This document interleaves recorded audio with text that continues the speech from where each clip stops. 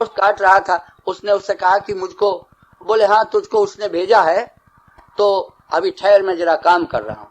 काम करने के बाद में उसने उससे कहा, और सिर्फ ये कहा, जो जिस कर्म को, कर्तव्य को कर रहा है, उस कर्तव्य को पूरी भावना से करो, परमात्मा को समर्पण करते हुए करो, अपना मत भाव करो। कर्तव्य की पूर्ति भी तो प्रभु को प्राप्त करने का एक ढंग है, ये भी तो एक ढंग है। हमारे यहाँ जो भक्ति बताई है, हमारे यहाँ भक्ति कर्म का अंग है। कर्म करते करते भक्ति करो, कर्म छोड़कर भक्ति की कहीं बात नहीं लिखी।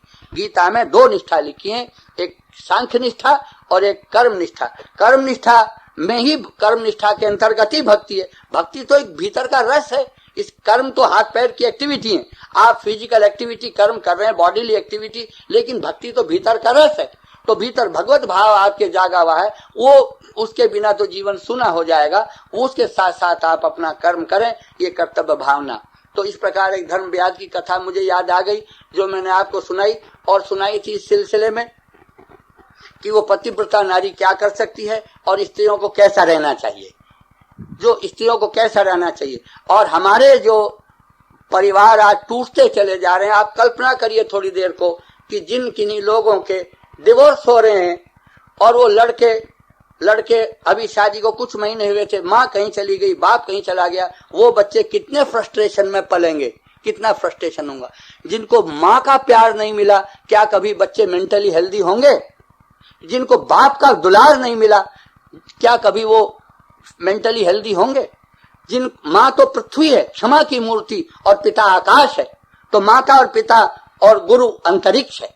तो जिसको माता और पिता नहीं मिले, वो कभी पूर्ण विकास कर सकेगा? वो उच्छृंखल होंगे, वो मिस्चीवस होंगे, वो ऐसे होंगे जैसे रडरलेस शिप्स होते हैं, जैसे रडरलेस होते हैं। उनको कोई प्रेरणा का देने वाला, मैं अमुक का बेटा हूँ, मेरे पिता ऐसे थे, मैं अमुक, मेरी माँ है, उसने मुझे ये संस्कार दिए। कहाँ है? उन्हें यही पता नहीं कैसी मेरी माँ और कैसे पैदा किया और छोड़ दिया, जैसे कुत्ते होते हैं। क्या बात हो गई? ये ब्रोकन होम्स, ये तो डिस्ट्रॉय कर रहे हैं सिविलाइजेशन। ज्यादा दिन टिक नहीं सकती अगर यही हालत रहेगी तो मैं ये कहना चाहता हूँ, जो भारतीय मूल के मेरे भाई हैं, वो इस बात का ध्यान रखें, अमेरिका के लिए वफादार रहें, यहाँ की कंट्री के लिए लॉयल रहें। They should be loyal to the country where they are living, and they should do their duty as best as they can, and they should make a positive contribution to the growth and development of this country with all sincerity at your command. But all the same, you should have a contact, living contact with what you have been, with what you are, and you should always be conscious of the fact that you are an Indian.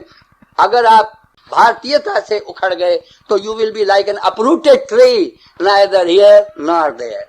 हमारी संस्कृति भव्य है, हमारी संस्कृति उज्जवल है। हमारे यहाँ बूढ़े माँ बाप की सेवा जिस वक्त बेटा देता है, बेटा करता है, और बेटा अपनी बहू से कराता है तो इसकी सेवा करा, और वो दुआएं देते हैं, ब्लेसिंग्स। अरे बेटे तू खूब फल फूल, अरे बहू तू खूब फलो फूलो, खूब खुश रहो। वो ब्लेसिंग्स घर को रौनक देती हैं, पीस देती हैं, घर में आनंद उत्पन्न कर देती हैं। उन घरों में जहां माँ बाप की ब्लेसिंग्स नहीं मिलती, धन तो इकट्ठा होता चला जा रहा है, सारे कंफर्ट्स और लग्जरीज के जितनी सामग्री है वो ढेर लगती चली जा रही हैं, लेकिन बूढ़े माँ बाप के आशीर्वाद मिलने के लिए तड़फना पड़ता। वो तड़फ रहे हैं कहीं और, वो उनको वॉलेंटियर लोग खाना पहुंचा रहे हैं, और पुत्र और पुत्री अपना मौज ले रहे हैं, कहीं एंजॉय कर रहे हैं। कैसे, क्या वो ऋण चुका रहे हैं? हमारी भारतीय संस्कृति ऐसी नहीं है। इसीलिए जो लोग यहाँ रहें वो जरूर रहें, अपनी भारतीय संस्कृति को न भूलें। पति पत्नी कल्पना न करें डिवोर्स की, और उसको घृणा की दृष्टि से देखें। जिसको एक बार जीवन में हमने ग्रहण कर लिया, उसको जीवन भर अपनाना है। अगर ऐसा भावना होगी तो देखिए कितना सुंदर होगा।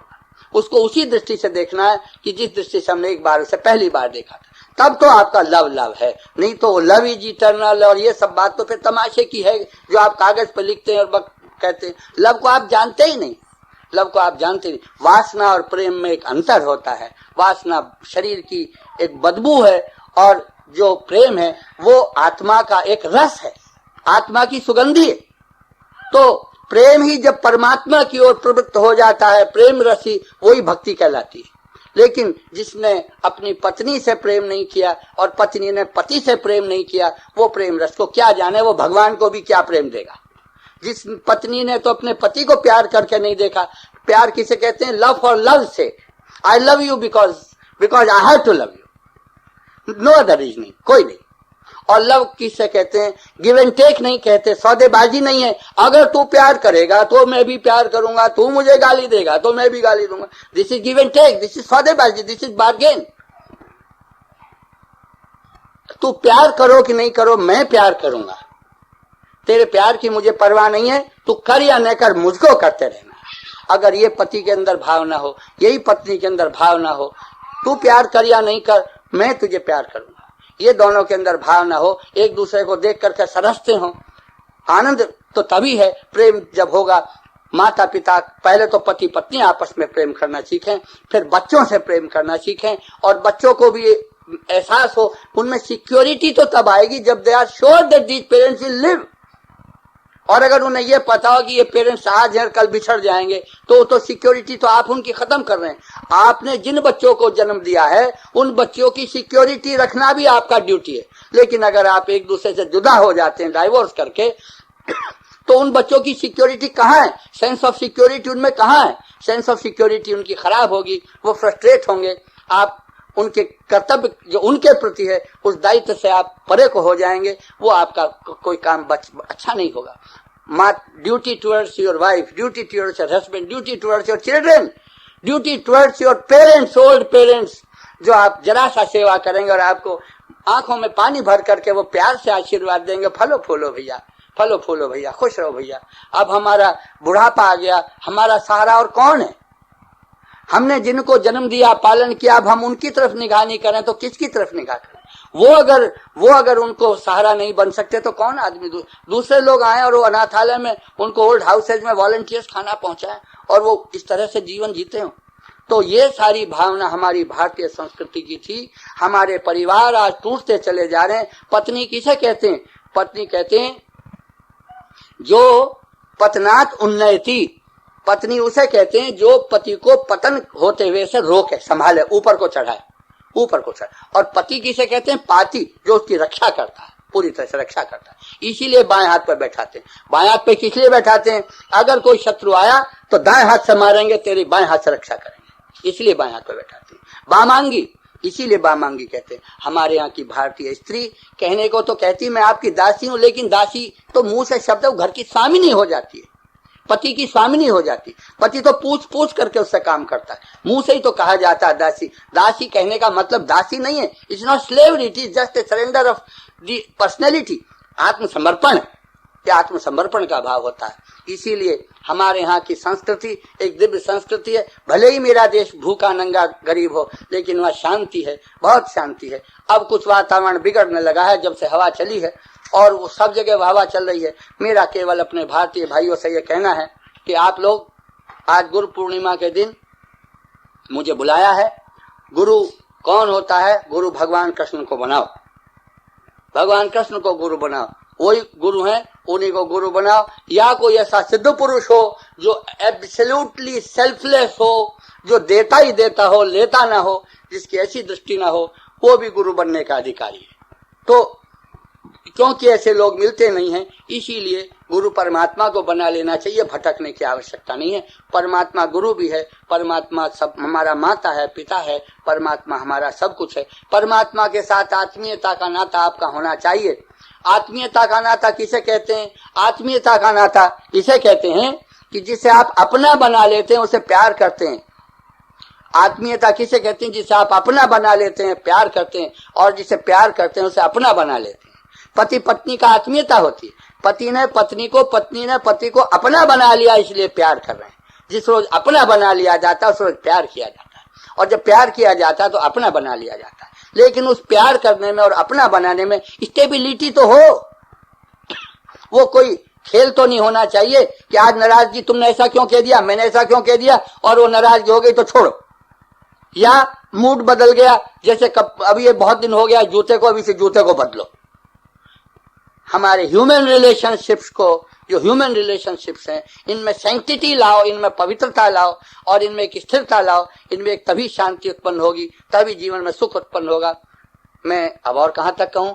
अब आप लोगों के लिए भगवान से प्रार्थना करता हूं कि आप लोग सब सुखी रहें।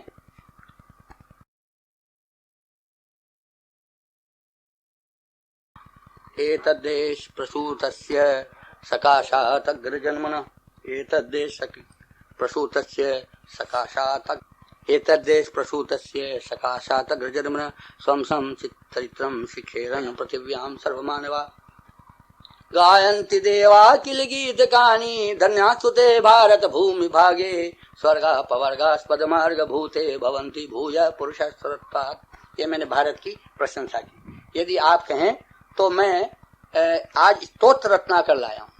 स्तोत्र रत्नाकर में से एक स्तोत्र के पहले दो एक श्लोक पढ़ दूं जिसमें देवी से भगवान से क्षमा मांगी है।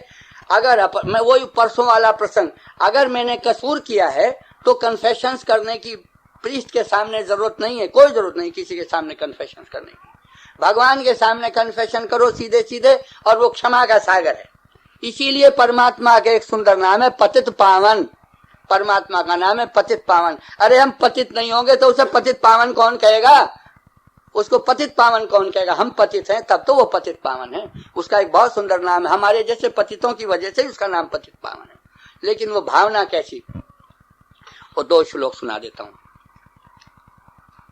न मंत्रम नो यंत्रम तदपि च न जाने स्तुति महो न च वानम ध्यानम तदपि च न जाने स्तुति कथा न जाने मुद्रास्ते तदपि च न जाने विलपुनम परम जाने माता त्वद अनुसरणम क्लेश हरणम न मंत्रम नो यंत्रम तदपि च न जाने स्तुति महो न च वानम ध्यानम तदपि च न जाने स्तुति कथा न जाने मुद्रास्ते तदपि च न जाने विलपुनम परम जाने माता त्वद अनुसरणम क्लेश हरणम। भगवान तो एक है, 10-20 नहीं है। वेद कहता है एकम सद्विप्रा बहुधा वदन्ति। एक ही परमात्मा को अनेक प्रकार से कहा जाता है। एक ही परमात्मा को इंद्र कहिए, बृहस्पति कहिए, हनुमान कहिए, राम कहिए, एक ही परमात्मा को। तो देवी रूप से जो हम भगवान को मानते हैं, माता रूप से जो हम भगवान को मानते हैं, वो बहुत अच्छा होता है।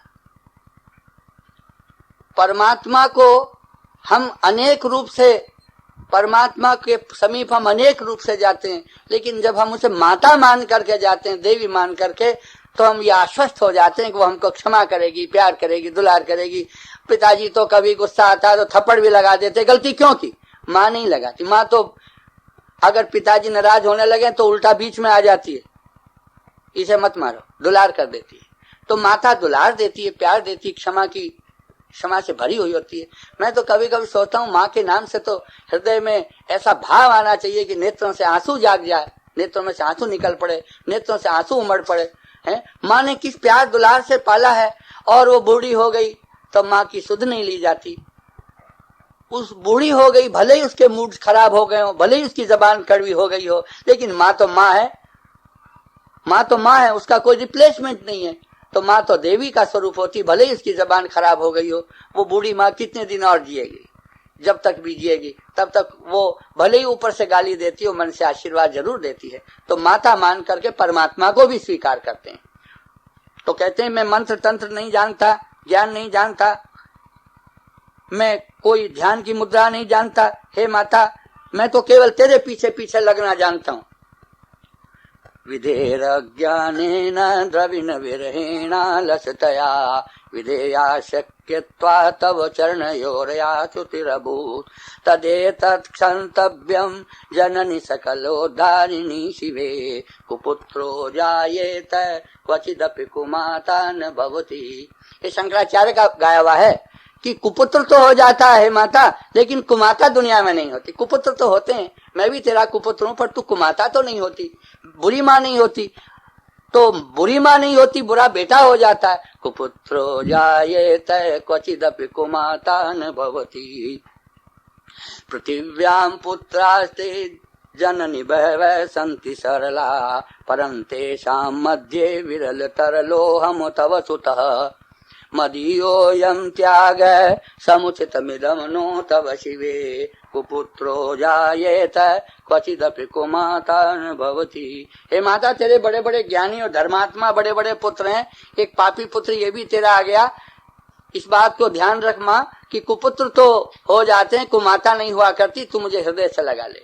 तो शरणागति भाव गीता में प्रारंभ से अंत तक है। भगवान ने, कृष्ण ने उसके अर्जुन के मुंह से कहलाया कि मैं शरण आता हूं, और आखिर में अपने मुंह से भी कहा तू शरण है। भगवान की शरण का मतलब ये अपना total being, surrender of your entire personality, पूर्ण समग्र समर्पण प्रभु के सामने। The elimination of the ego, elimination of the ego, surrender of the ego. वो क्या हुआ? दरअसल आप कहेंगे ईगो तो कभी खत्म नहीं होती, नहीं, that is sublimation of the ego. जब आपका अहंकार परमात्मा के उस परमात्मा में विलीन हो जाता है तो वो अहंकार का दिव्यीकरण हो जाता है। That is known as sublimation of the ego. Ego का सब्लिमेशन हो जाता है। तो वो हमारे लिए हो जाए।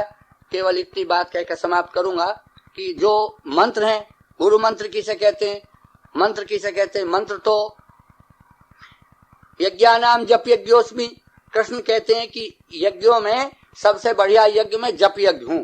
जो जप करो नाम का, ये सबसे बढ़िया यज्ञ। यज्ञानाम जप यज्ञोस्मि। तो मंत्र का जप करना चाहिए। मंत्र कौन सा होता है? मंत्र में सीक्रेट। तो जितने सारे देवे वो सब है, लेकिन जब गुरु के मुंह से कहा जाता है तो वही मंत्र बन जाता है। गुरु के मुंह से वही मंत्र बन जाता है। इसीलिए उसको मंत्र को जपना चाहिए। और फिर मैंने दोहराया कि यदि कोई गुरु ना मिले तो सीधी सीधी बात, भगवान कृष्ण गुरु हैं, वो हृदय में धारण करके और कोई भी शब्द उनका नाम लेकर के वो मंत्र के रूप में जपा जाए। मंत्र वो सोपान है जो आपको प्रभु तक ले जाएगी। आपके माइंड में जो वैक्यूम है, उस वैक्यूम को भरने के लिए, जो कभी कभी हमारे मन में एक अशांति आती है, उस अशांति को दूर करने के लिए, जो माइंड में वैक्यूम हो जाता है, उसको पूरा करने के लिए मंत्र होता है। मंत्र हमको, मंत्र परम लघु जासु बस विधि हरि हर सुर सर्व, और मंत्र महामिडी विषय ब्याल के मेटगत कठिन को अंक भाल के। मंत्र जपने से जो खराब ग्रह आने वाले हैं, खोटे ग्रह, वो भी दूर हो जाते हैं, भगवान की कृपा प्राप्त होती है। मंत्र को भाव से जपना चाहिए, केवल तोते की तरह नहीं रखना चाहिए, बल्कि प्रेम से हम अपने प्रभु का नाम स्मरण कर रहे हैं। ओम।